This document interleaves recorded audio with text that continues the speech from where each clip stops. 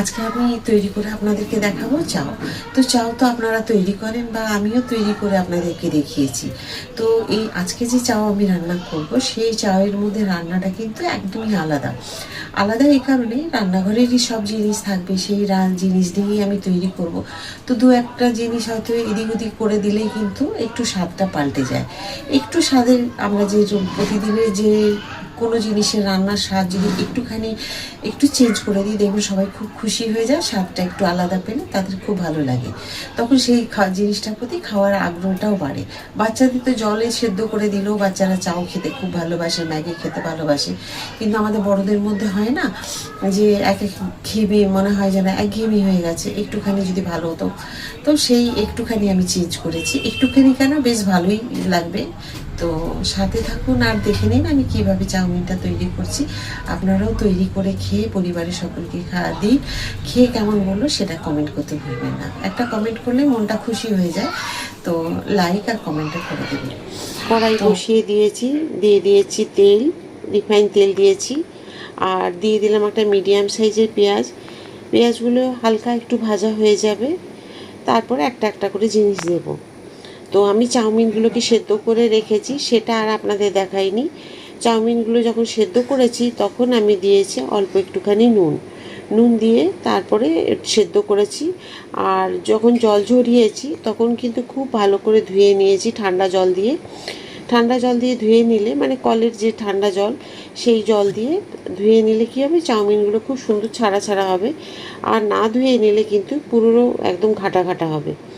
তো দিয়ে দিলাম একটা মিডিয়াম সাইজের ক্যাপসিকাম আর একটা বড় সাইজের টমেটো। সাথে এখন দিয়ে দেবো পরিমাণ মতো নুন।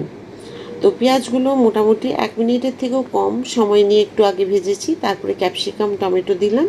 আর টমেটো ক্যাপসিকাম পেঁয়াজ যাতে বেশ সুন্দরভাবে নরম হয়ে মেখে যায়, তার জন্য দিয়ে দিলাম পরিমাণ মতো নুন।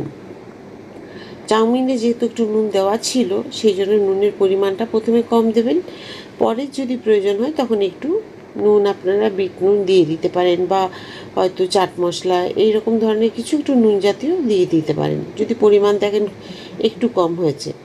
তো দেখুন এগুলোকে ভেজে নেব এখন বেশ ভালো করে। দিয়ে দিলাম টমেটো সস। এখানে আজকে আমি সস দেবো না, শুধু টমেটো সস দেবো।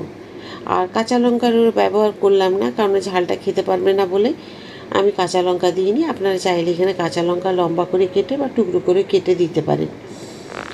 দিয়ে সসটাকে খুব সুন্দর করে এখন একটু ভেজে দেবো, যাতে বেশ ভালো ভাজা হয়ে যায়। আর চাউমিনগুলোকে যেগুলো আমি জল ঝরিয়ে রেখেছিলাম, দেখুন একদম ঝুড়ি থেকে পুরো ঢেলে দিয়ে দিলাম এখানে। এবার চাউমিনের সাথে খুব ভালো করে টমেটো ক্যাপসিকাম পেঁয়াজ সমস্ত যা কিছু দিয়েছি আমি একসাথে সুন্দরভাবে মিশিয়ে নেব। তো এইভাবেই আস্তে ধীরে করে একটুখানি মিশিয়ে নেবেন, আর তার সাথে সাথে একটু সময় নিয়ে এইগুলোকে সব একসাথে ভেজেও নিতে হবে। একটু বেশ ভাজা ভাজা হলে কিন্তু বেশ ভালো লাগবে।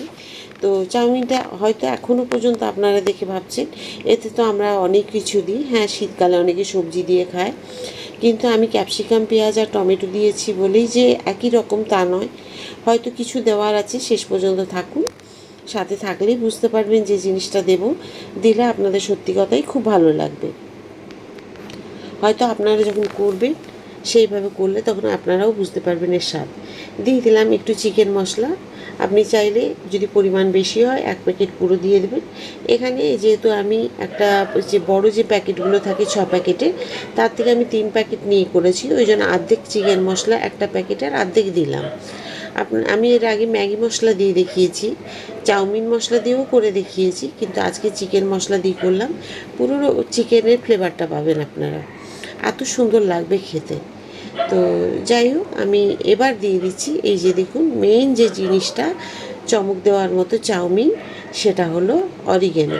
এই অরিগেনোটা দিলে যে কি অসাধারণ স্বাদ হয় এই চাউমিনের, তো সেটা আপনারা না তৈরি করে খেলে বুঝতে পারবেন না।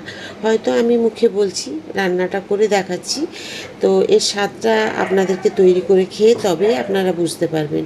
তো অরিগেনো আমি দিয়ে দিলাম, তো বেশি না, অন্তত ধরুন 3টে প্যাকেটে তো মোটামুটি ধরুন যে আমরা চায়ের যে চামচগুলো ব্যবহার করি সেই চামচের হাফ চামচ দিলেই হবে।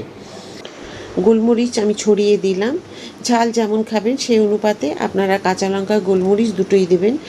তো আমি যে কাঁচা লঙ্কা দিইনি বলে গোলমরিচ একটু বেশি করে দিলাম। আর চাউমিন যখন রান্না করবেন যদি ওই সবার শেষে গোলমরিচটা দেন না, খুব স্বাদটা ভালো হয়। তবে আজকে আমি সয়া সস দিইনি, আবার বলে দিচ্ছি, আপনারা চাইলে সয়া সস দিয়ে আগে ভেজে নেবেন, তারপর টমেটো সস দেবেন। তো এইভাবেই তৈরি করে একবার অবশ্যই তৈরি করে খান। আমি তো বলছি আপনাদের, দেখিয়ে দিলাম, কিন্তু আপনারা তৈরি করে খেয়ে আমাকে কমেন্ট করতে ভুলবেন না কেমন হয়েছিল।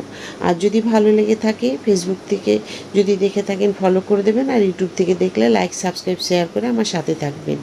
আবার বলবো কেমন হয়েছিল কমেন্ট করে আমাকে অবশ্যই জানাবেন, তাতে আমার কিন্তু বেশ ভালো লাগবে যে আপনাদের ভালো লেগেছে না খারাপ লেগেছে জানানোর জন্য। তো আবার একটা নতুন রান্না নিয়ে চলে আসবো। সবাই খুব ভালো থাকুন। রাধা রাধা।